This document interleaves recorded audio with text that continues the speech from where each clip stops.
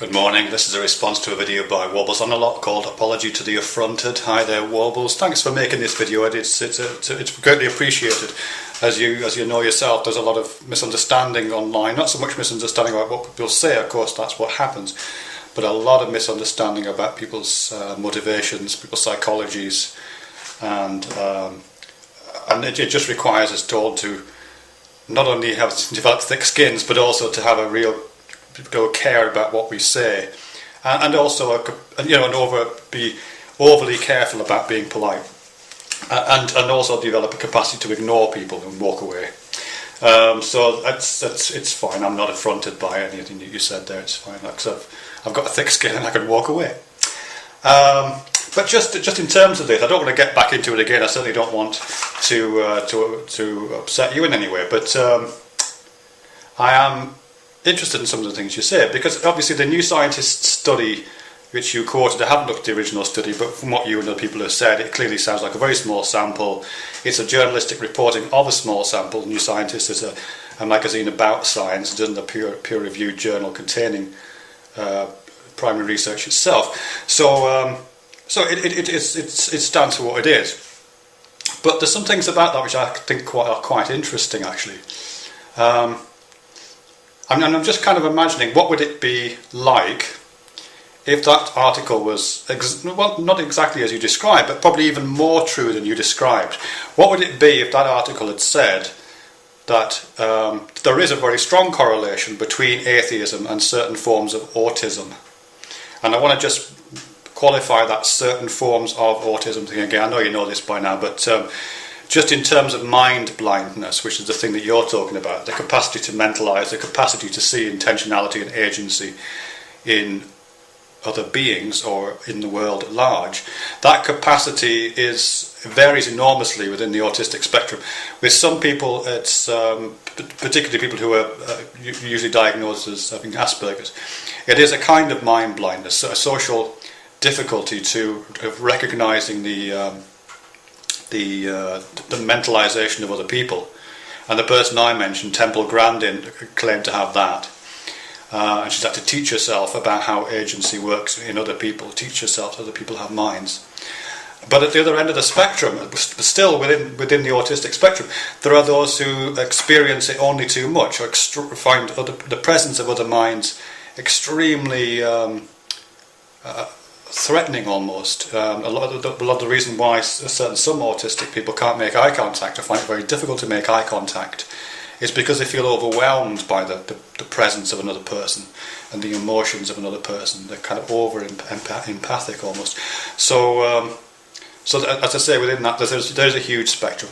But let's just take the smaller part of that spectrum, the first part, the bit that you're talking about, Chris, which is this mind blindness thing. And I'm using that term advisedly because you've compared it to colour blindness once or twice. So I'm just staying within that metaphor. So let's just say that there is a good correlation between atheism and mind blindness. In fact, let's take it to its extreme, and let's say every single atheist has that kind of cognition which we would call autism and are mind blind.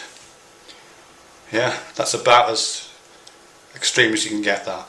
That still would not prove that they're wrong. That still wouldn't make them wrong. If I can just think of an analogy here. Up until about 100 years ago, pretty much the whole human race was blind to the idea of special relativity.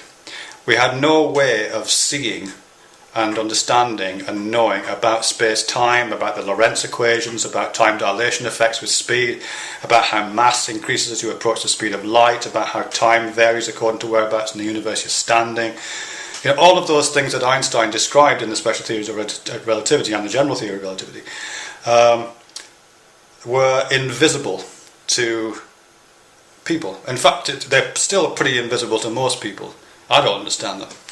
And I'm not sure I'm not the only one, but at least I've heard of them. Most people haven't even heard of them. So the vast majority of the human race right now is mind blind to special relativity. Does that make it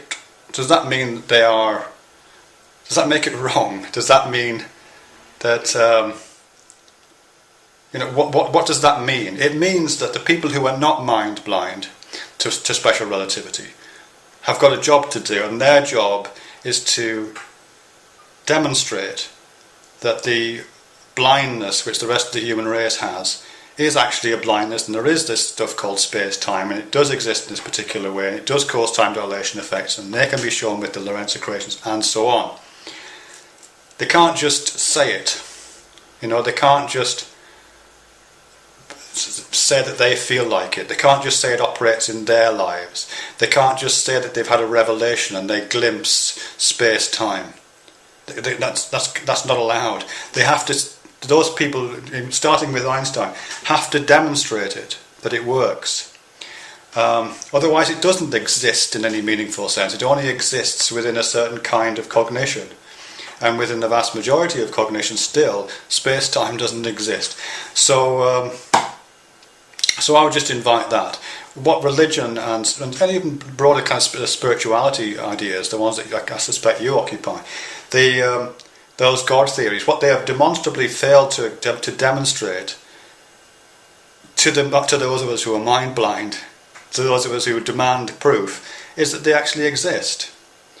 Now you might say that that's a failure to imagine, but it isn't really. I mean, I just wrote this quote down, an explanation for why atheists can't imagine any God theory worth having.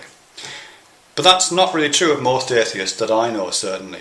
Most atheists, including myself, are perfectly capable of imagining God, capable of imagining a number of God theories, but none of them have been demonstrated to me. I mean, I can't imagine them. I mean, imagine them in an embodied way. I mean, like most people, I've had experiences which could be broadly spoken of as religious or spiritual or out of body or feelings of connectedness, you know, all those kind of things. But you know, I'm not unaware of those things. I've experienced some of them myself.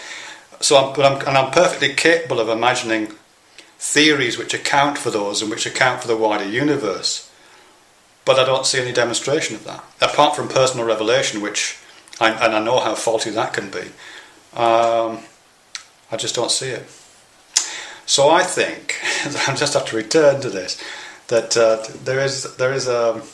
that regardless of the weakness in that particular journal article you looked at, and regardless of the weakness in the original study, there's a much bigger weakness at work here.